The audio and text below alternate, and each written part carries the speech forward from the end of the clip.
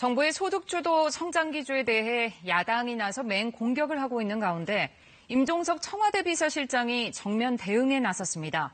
국회에 출석한 임 실장은 소득주도 성장과 혁신성장은 선택이 아니라 병행돼야 할 문제라며 이런 경제정책 기조엔 변함이 없을 것이라고 못 박았습니다. 보도에 정창화 기자입니다. 청와대는 현 정부 경제정책 기조에 변함이 없음을 거듭 강조했습니다. 소득주도 성장과 혁신성장 그리고 공정경제는 선택의 문제가 아니라 함께 병행돼야 하는 것임을 다시 한번 강조 말씀드리고 싶습니다. 최저임금 인상으로 인해 소득주도 성장에 한계가 드러났다는 지적엔 종합적으로 봐야 한다고 반박했습니다.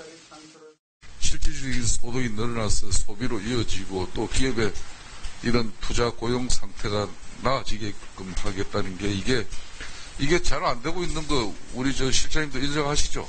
개선되는 부분도 있고 여전히 해소하지 못하고 있는 부분도 있고 그렇습니다. 경제 정책에 대한 청와대와 정부 간 이견에 대해서도 적극 해명했습니다.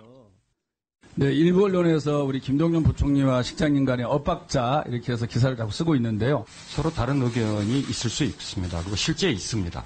토론도 하고 또 어떨 때는 격론도 벌이고 그렇게 합니다. 그러나 그 과정을 거쳐서 정책을 선택을 했을 때 저는 더 집행력이 높다. 야당은 통계청장 교체에 대해 공세를 이어갔지만 청와대는 정치적 고려는 없다고 강조했습니다. 이 임사에서도 정치적 도구가 되지 않도록 노력했다. 내가 썩 말을 잘 들은 편은 아니었다. 이렇게 섭섭함을 토로했습니다. 공교롭게도 그런 정권 인수 시점이 5월이 되면서 지난 정부 평균보다 한 3, 4개월 정도 지금 차관급 인사들의 평균 임기가 좀 줄어들게 되는.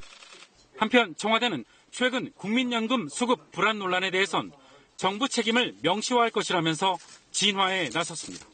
KBS 뉴스 정청화입니다.